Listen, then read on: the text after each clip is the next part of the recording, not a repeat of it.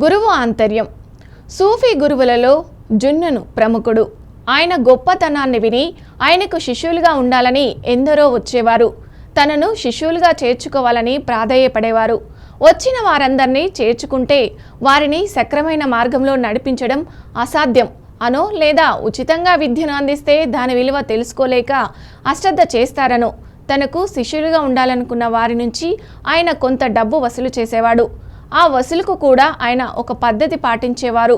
నువ్వు ఎవరి దగ్గరైనా శిశువుగా ఉన్నావా అని శిశుకారిణి వచ్చిన వ్యక్తిని అడిగేవాడు.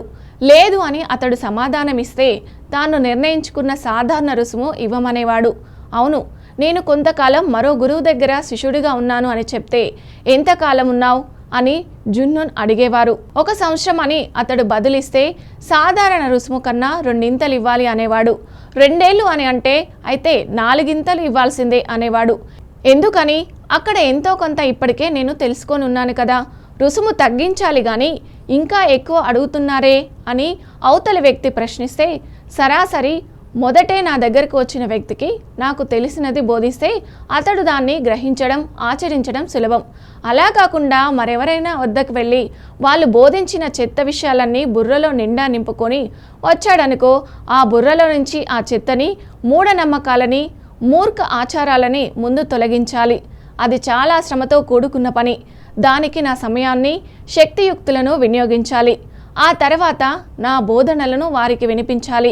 వాటికి అనుగుణంగా అతని జీవితాన్ని మలచాలి. అందుకే నేను ఎక్కువ రుసుము తీసుకుంటాను. అతను ఇతరుల దగ్గర ఎన్ని సంవత్సరాలు శిశువుగా ఉంటాడో అంత ఎక్కువ చెత్త విషయాలు అతనిలో పేరుకుపోయి ఉంటాయి. వాటిని తొలగించి అతని బుర్రను శుభ్రం చేయాలంటే నేను ఎన్నో పాట్లు పడాల్సి ఉంటుంది. మరి ఆ కష్టాన్ని దృష్టిలో ఉంచుకొని రుసుము పెంచుతాను. న్యాయమే కదా అని బదులిచ్చేవాడు. జ్ఞానం కోసం అన్వేషించే వ్యక్తి ఒక గురువు వెంట కొన్ని రోజులు, మరో గురువు వెనుక మరికొన్ని రోజులు వెళ్తే ఏమాత్రం ప్రయోజనం ఉండదు.